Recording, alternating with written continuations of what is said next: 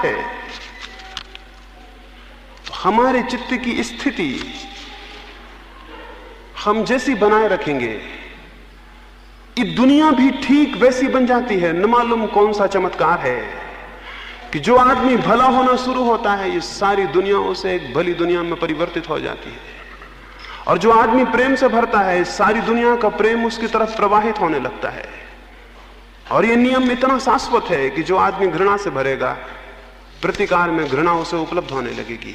हम जो अपने चारों तरफ फेंकते हैं वही हमें उपलब्ध हो जाता है, इसके सिवाय कोई रास्ता भी नहीं है। तो 24 घंटे उन क्षणों का स्मरण करें जो जीवन में अद्भुत थे, ईश्वरीय थे। वे छोटे छोटे क्षण उनका स्मरण करें और उन क्षणों पे अपने जीवन को खड़ा करें।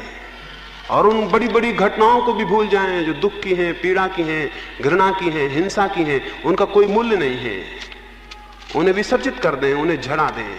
जैसे सूखे पत्ते दरख्तों से गिर जाते हैं, वैसे जो व्यर्थ है उसे छोड़ते चले जाएं, और जो सार्थक है और जीवंत है उसे स्मरण पूर्वक पकड़ते चले जाएं।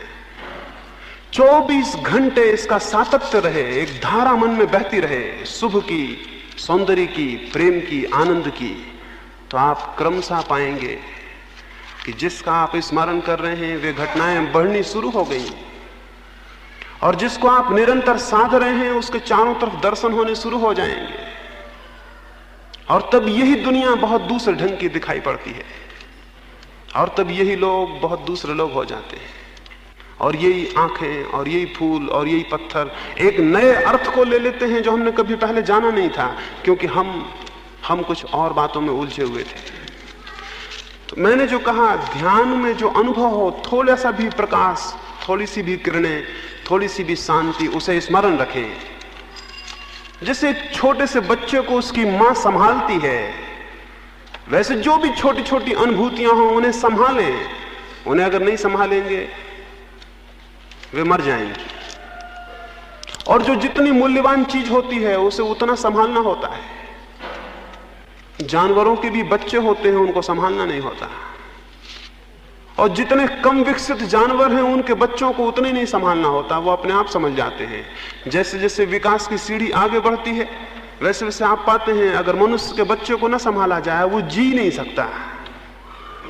मनुष्य के बच्चे को न संभाला जाए वो जी नहीं सकता, उसके प्राण समाप्त हो जाएंगे। जो जितनी श्रेष्ठ स्थिति है जीवन की, उसे उतने ही संभालने की जरूरत पड़ती है। तो जीवन में भी जो अनुभूतियां मूल्यवान हैं उनको उतना ही संभालना होता, उतने ही प्रेम से उनको संभालना होता है। तो छोटी सी भी अनुभव हो उन्हें संभालें। वैसे ही जिससे आपने पूछा कैसे संभालें, अगर मैं आपको कुछ हीरे दे दूं तो आप उन्हें कैसे संभालेंगे? अगर आपको कोई बहुमूल्य खजाना मिल जाए उसे आप कैसे संभालेंगे? उसे आप कैसे संभालेंगे? उसे आप कहां रखेंगे? उसे आप छिपा के रखना चाहेंगे, उसे अपने हृदय के करीब रखना चाहेंगे।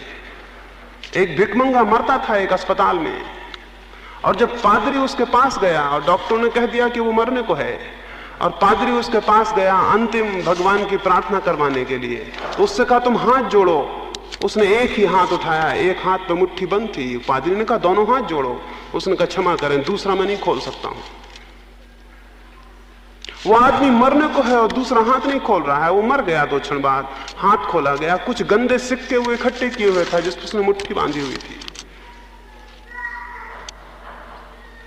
कुछ गंदे सिक्के, उसे पता है मर रहा है लेकिन मुट्ठी बंधी हुई है।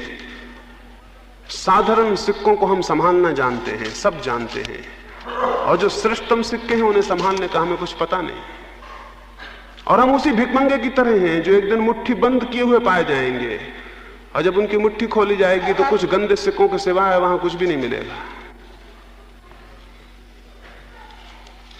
उन अनुभूतियों को संभालें, वे ही असली सिक्के हैं जिनने आपके जीवन को स्फुरना दी हो, प्रेरणा दी हो, आपके भीतर कुछ परिवर्तित किया हो, कुछ कंपित हुआ हो, कुछ श्रेष्ठ की तरफ आपके भीतर लपट पैदा हुई हो। और उन्हें इस भांति संभालें। ये 2 रास्ते मैंने कहे, क्रमशः प्रयोग करने से बात समझ में आ सकेगी।